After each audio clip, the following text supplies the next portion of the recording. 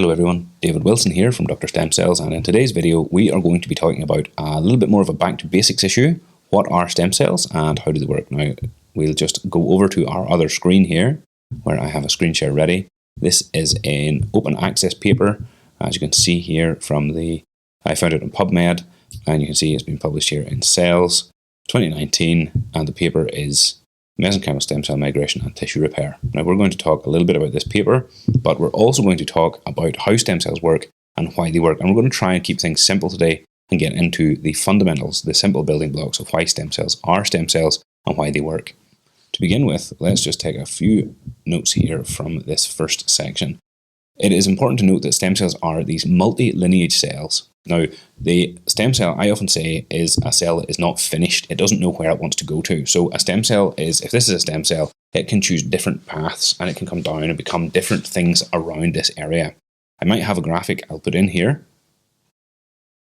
The stem cell, as you can see here then, is this little cell which can decide how it wants to differentiate. That's why it's called a multi-lineage. Not because it comes from many types of cells, but rather that it goes to many types of cells. And it has the ability to self-renew or to replenish. And also as part of that self-renewal, it can then differentiate into these different cell types, which play key roles in tissue healing and regenerative medicine. Bone marrow-derived stem cells are the focus of this particular paper, but mesenchymal stem cells are found both in bone marrow and in adipose tissue.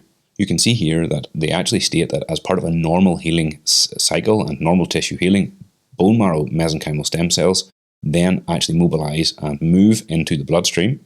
They enter the bloodstream and will then go downstream to the area of injury where they are actually taken up by the tissue and become part of the healing process. This means that at any time there may be a few circulating stem cells that are actually bone marrow derived mesenchymal stem cells. However, this number is going to be minute, and the reason for that is because we have a large blood volume and there are only a few cells going to be released to this at any time. On the other hand, after a stem cell transplant or a mesenchymal stem cell treatment, where a patient comes and receives an autologous stem cell treatment from themselves, in most regenerative medicine, we are giving patients an autologous mesenchymal stem cell treatment. This means that the stem cells are harvested either from the fatty tissue, an adipose derived, or from the bone marrow, so a bone marrow derived mesenchymal stem cell. The stem cells that we are looking for in these cases are the same. It is the mesenchymal stem cell that has the healing potential and the regenerative potential, as opposed to hematopoietic stem cells, and we can look at those also in a moment. Mesenchymal stem cells are multi-lineage cells that have the ability to self-renew, can differentiate into different types of cells, so a mesenchymal stem cell can become a cartilage cell, a bone cell, a fat cell, or a muscle cell, and we'll have those in this little diagram. Hematopoietic stem cells, on the other hand, can become red blood cells, white blood cells, and immune system cells, along with the cells which produce platelets. This is very important then, as these two different cell lineages produce different cells with different functions. But for the purposes of this video, it is regenerative medicine we want to focus on, and it is the healing ability of mesenchymal stem cells that we'll look at now going forwards. The migration of these mesenchymal stem cells is actually regulated by mechanical and chemical factors in this trafficking process, and in this paper they reviewed the effects of several of the main regulatory factors on the migration from the bone marrow and how this affects healing. They will look at two critical roles of bone marrow-derived mesenchymal stem cells, namely that they can directly differentiate and be directed, and secondly, that they have paracrine function, that is to say, the ability to talk to other cell types. This provides tissue repair and can actually help us understand then how these cells can have a relationship in migration, tissue repair, and how we can maybe use medicines to encourage this to happen, or other applications for these types of treatments if we're using a transplantation type approach. I personally think a transplantation approach where we take out the cells and centrifuge them and then inject them into the required area is probably going to be the future of this type of medicine. We take out the stem cells and centrifuge them down, where afterwards we can then inject them into the affected site or injured area, is probably going to be the future of regenerative medicine, as this will prevent cells from being taken up by unwanted tissues. For example, if the knee has arthritis and the bone marrow was to produce some stem cells into the circulation, send those around the system, they can still be taken up by and actually therefore used by other tissues which are not the injured site, which needs the help. Rather, they might go into the lungs, they might go to the cardiac tissue, they might go to other tissues and help there. Now that's a great thing because they can still provide some assistance, but it's not great for the knee that's maybe looking for the treatment. On the other hand, if we take a harvest and get the cells into the syringe, we can inject them exactly where they need to go. For the purpose of our video, the introduction here is going to be one of the most important parts of this paper. It gives us a nice background to understand what mesenchymal stem cells are and how they can be used in current understanding, or according to current understanding as of this paper's publication date in 2019. That is a few years ago now, but this is still reasonably up-to-date research. Mesenchymal stem cells are an important source for cell therapy in regenerative medicine, and they've shown promising results in different studies, both preclinical and clinical, animal models and in human clinical trials. They give some research links here. They have an ability to home into an injured area, and this means that they can migrate or move to injured sites, and they have the ability to differentiate into components of injured sites, and they can secrete these following words, and these words are quite important and interesting: chemokines, cytokines, and growth factors. Let's take a look at those individually. We have chemokines and cytokines. They are kind of the same thing. Chemokines are cytokines, but not all cytokines are chemokines. What these are a small subset of different chemicals or messenger signals which can be secreted by cells in order to recruit or otherwise direct other cells nearby. You can think of these as the director of a choir. They want to direct certain things to happen, and they can give instruction or pass messages on. So the stem cell can secrete these, and they can secrete growth factors, which encourage growth and tissue repair. Bone marrow-derived mesenchymal stem cells are therefore not hematopoietic. That means they don't produce blood, and they're present in the bone marrow and have this multi-potential differentiation potential. So they are multipotent. Stem cells have different levels of potency. First, when a sperm and an egg meet in the womb, they are totipotent. That means that that cell, the zygote that is formed, can become anything. The body, it can become any tissue type, and also can provide clones of that individual. Hence, we can have the birth of identical twins or even triplets, as they have all come from the same zygote. After a certain number of division cycles, those cells become what's called pluripotent. That means that they have the potential to become most organ types or most things, and they will be divided into certain categories we can look at here in this diagram. And we can see that they can become mesenchymal stem cells, they can become endoderm or ectoderm cells, and they can become part of these different tissues that will become different parts of a different tissue in the newborn or in the fetus in the womb. After this, sometime later, these cells will differentiate again to become multipotent. And that's where you get your mesenchymal stem cell. They have more limited uses, more limited applications. So a mesenchymal stem cell is a progenitor of bone, cartilage, muscle, and fat. And in this case, a hematopoietic stem cell is the progenitor of cells which produce platelets, eukaryocytes, and megakaryocytes. They are the progenitor of red blood cells, white blood cells, most of the immune system cells, and even they can have some effect on the bone marrow matrix as well. This being the case then, the stem cells that we're looking at here are multipotent, not pluripotent or totipotent. So they're not at the top of the tree, they're somewhat further down. But that means that they're still quite potent. They have quite a lot of potential for helping to heal. Bone marrow derived are the most used stem cells in cell therapy, they say.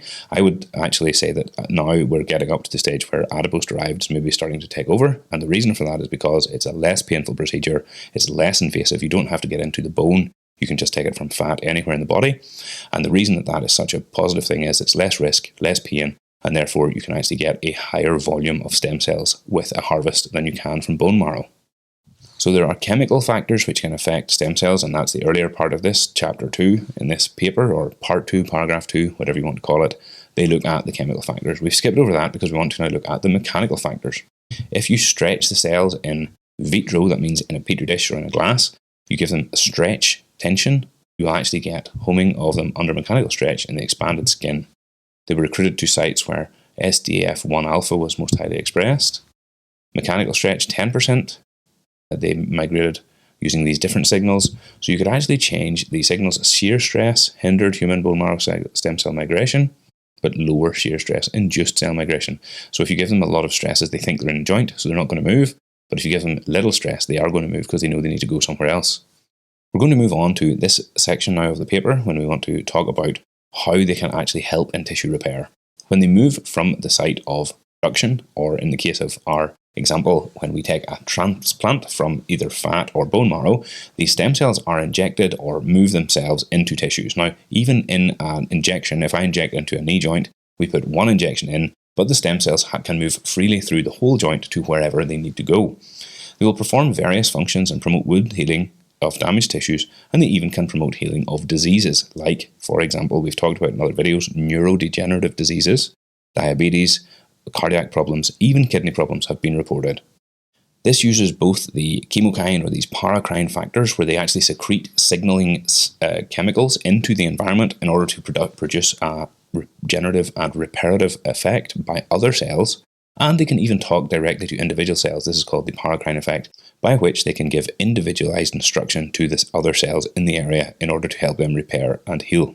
More recently, paracrine function has been looked at as perhaps more important even than the differentiation of the cell itself, and I think that is probably correct, because it's more important to have a conductor of a choir than to have a really strong singer, and this is the same in these cases. We're just going to skip down to part of the summary here, and it says in summary, it's well confirmed that bone marrow-derived stem cells play important roles in tissue healing and regenerative medicine because of their self-renewal, migration and pluripotency. Now, like we said earlier, these are actually multipotent cells, but we shall let that slide. A proposed schematic diagram of the relationship of their migration and tissue repair is shown below. After sensing the injury signal released from damaged tissues, they can mobilize from bone marrow and migrate. Now, I want you to take out this migration factor here, and if we were to go forward to the tissue repair side on the right, we're going to think about how if we take the stem cells out with a harvest, we can actually inject them into an injured place, and they have both a differentiation where they grow into the tissue and become part of the solution, or they can produce these paracrine signals which encourage cells to reduce inflammation, to increase healing, and to grow into the actual surrounding area. This means then that we've taken a cell from its home where it's lying in a type of hibernation or a sleepy state.